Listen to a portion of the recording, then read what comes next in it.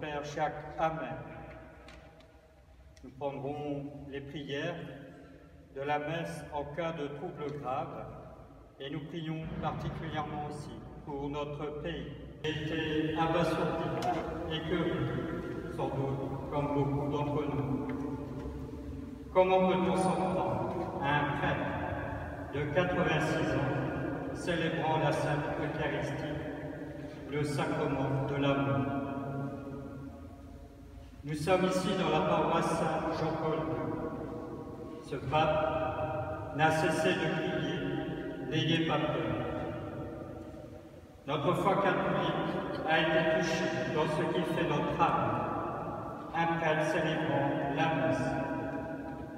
Malgré tout, même si en France, il y a de temps en temps un fond anticlérical, les Français aiment leurs prêtres. Et on ne s'attaque pas à ce qui fait l'âme de la France. Nos valeurs, notre culture, notre manière de vivre sont issues de la culture chrétienne. Personne ne peut le nier. La question qui se pose maintenant, comment réagir?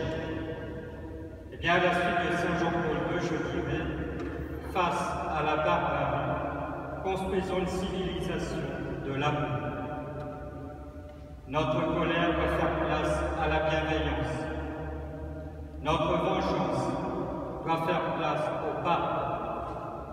Notre haine doit faire place à l'amour. Dieu est toujours proche de nous. Il ne nous abandonne pas.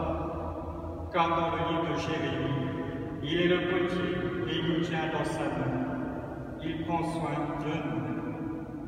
Jésus, dans l'Évangile, nous l'affirme aussi.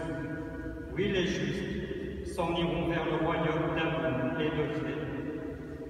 Le Père Jacques Hamel, assassiné au cours de son ministère, est un martyr de la foi. Sa place est auprès de Dieu. C'est lui, le grand vainqueur. L'Église a toujours eu ses martyrs, et ce n'est pas nouveau. Cela nous choque sans doute parce que c'est arrivé en France. Mais combien de nos frères chrétiens, de mes confrères prêtres, subissent des persécutions en Syrie, en Irak ou ailleurs? Pourquoi serons-nous plus épargnés? Être chrétien, c'est s'engager à suivre le Christ, à répandre l'amour, à favoriser la paix, à privilégier la miséricorde. Suivre le Christ, c'est essayer de vivre comme lui. Rappelez-vous ce qu'il nous dit. Vous avez appris qu'il a été dit œil pour œil et dent pour dent. Eh bien moi, je vous dis de ne pas riposter aux méchants. Vous avez appris qu'il a été dit tu aimeras ton prochain et tu haïras ton ennemi. Eh bien moi, je vous dis aimez vos ennemis et priez pour ceux qui vous persécutent. Le Christ nous en donne la certitude. Par ce mot, il a vaincu le mal. Telle est notre foi que nous devons annoncer.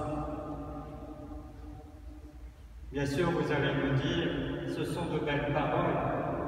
Dans les faits, ce n'est pas évident. C'est vrai, et j'en suis bien conscient. Mais montrons à ces barbares que nous tenons debout, que notre volonté de vaincre et de triompher du mal soit plus forte que nous. Le Christ a vaincu le mal. Montrons aussi notre unité. Il y a bien trop longtemps que les Français sont divisés. La plus belle arme de Satan, du diable, c'est de diviser. C'est ce que veut dire d'ailleurs le mot diable. Le mal veut diviser les Français, nous monter les uns contre les autres, faisant croire qu'une religion est meilleure qu'une autre. La véritable religion est celle qui favorisera toujours le dialogue, la paix, l'amour, le pardon, celle qui priera même pour les persécuteurs.